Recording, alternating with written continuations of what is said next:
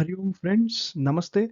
Welcome to the video series on the great empire of the Hindus, the Vijayanagara Empire, which was known to the people at the time as the Karnata Empire.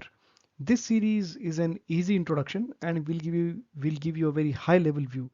I will be making a separate series which deal with the economic, cultural and military aspects of the Vijayanagara Empire. So before we start off, as we are seekers of truth and knowledge, we first need to pray to Goddess Saraswati to take us from darkness to light. Saraswati namastubhyam varade kamarupini vidyarambham karishyami siddhir bhavatu me sada. And I would like to remember my dear Ai as well. Uh, Remembering here is very pertinent as she and my father jointly translated the Sanskrit Mahakavya Madhura Vijayam, which is a historical record of the destruction of the Sultanate of Madurai by the Vijayanagara Empire. And I will be making a separate series on the destruction of the Sultanate of Madurai as well. In the south of India, Vijayanagara is a household name, and the name itself evokes civilizational memories of a very glorious bygone past. So, evidence which can be seen all over South India, and the most brilliant example is really the ruins around Hampi in Karnataka. But in other parts of India, especially in the north of India, awareness of this great Hindu empire, which protected Hindu culture traditions for almost 350 years, is very low. And there are many reasons for this. One of the key reasons is the secular whitewash of our history. And the second reason is the very Delhi centric and then North centric attitude towards writing history. So, any other dynasty which doesn't fall in the preview of this geographical area becomes a is a provincial dynasty. And obviously we have got the media and other stuff as well, but in recent years with the information explosion, there has been some rectification in the situation. So awareness of Vijayanagara is going up. And the next question is, how big was this empire? So to give a rough idea of the extent, at the peak of its power in around 1820, it covered roughly 30% of present-day Bharata. So if you look at this map, which I kind of drew many years back. So the base map was from Wikipedia, but I put on this all these colored, kingdom divisions. So this is roughly the river Krishna, which also acted as the boundary between Vijayanagar and the different sultanates. You can see Vijayanagar with the Gajapatis of Orissa.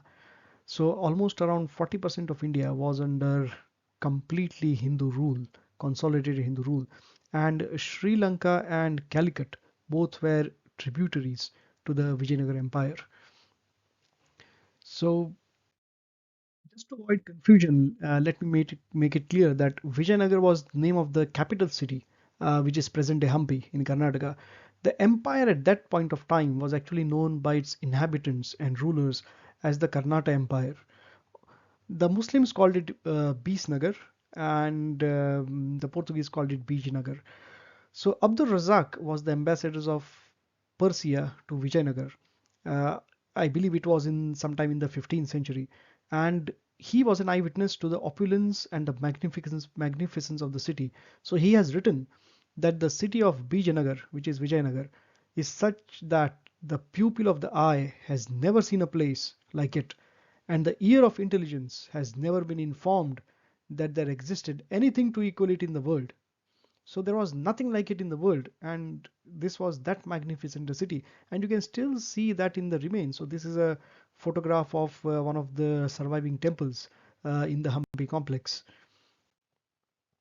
And the city now is, for most part, is really a moonscape, as this photograph shows you. So a lot of boulders, paddy fields, broken buildings, uh, and very few buildings survive intact. And one of the key reasons is most of them were razed to the ground when the Muslims destroyed the city after the Battle of Talikota or Rakshasatangadi in 1565. To understand the significance of Vijayanagar, we really need to dig a bit deeper into the previous centuries and the circumstances in which it was born. So this map I created this map around 12 years back. So this is a rough map of the Hindu kingdoms of Kapisa and Zabul in Afghanistan. So Afghanistan was very much Hindu till around 900 CE.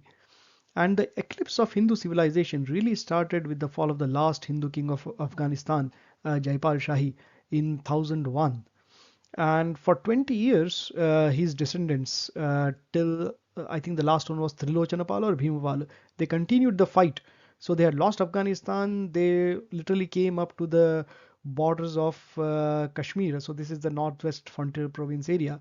And they kept fighting till the end. And they were ferocious defenders of Dharma, and they were extremely skilled in mountain warfare, and especially in the tactics of the Islamic armies.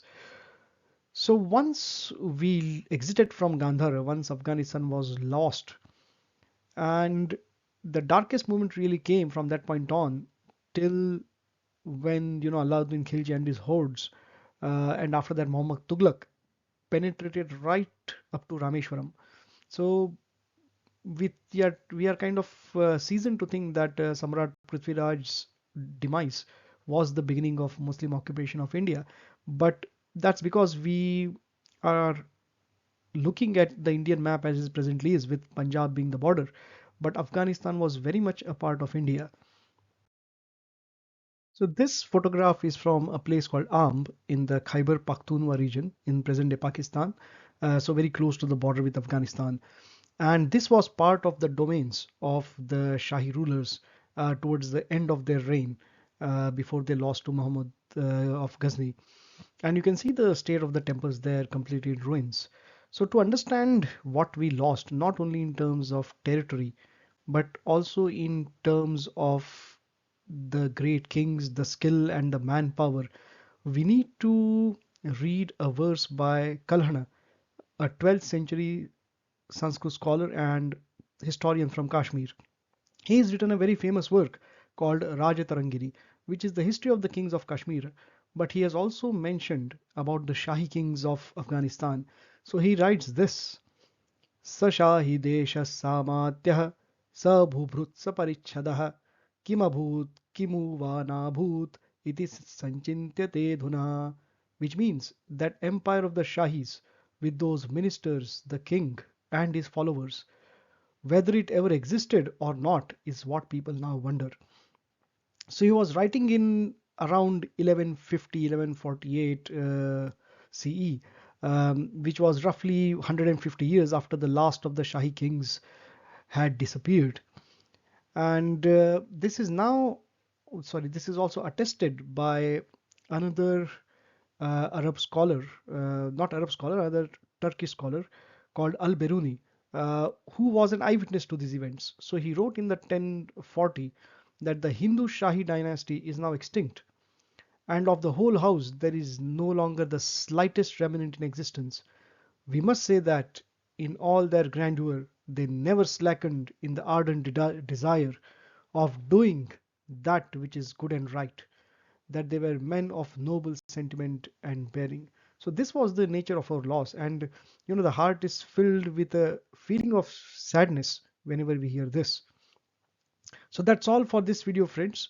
And in the next video, we will look at the chaos unleashed by the Islamic invasions on mainland India once they had penetrated inside. Thank you for watching, and if you like, please do remember to share, subscribe and like the video. I'll see you next time. Thank you.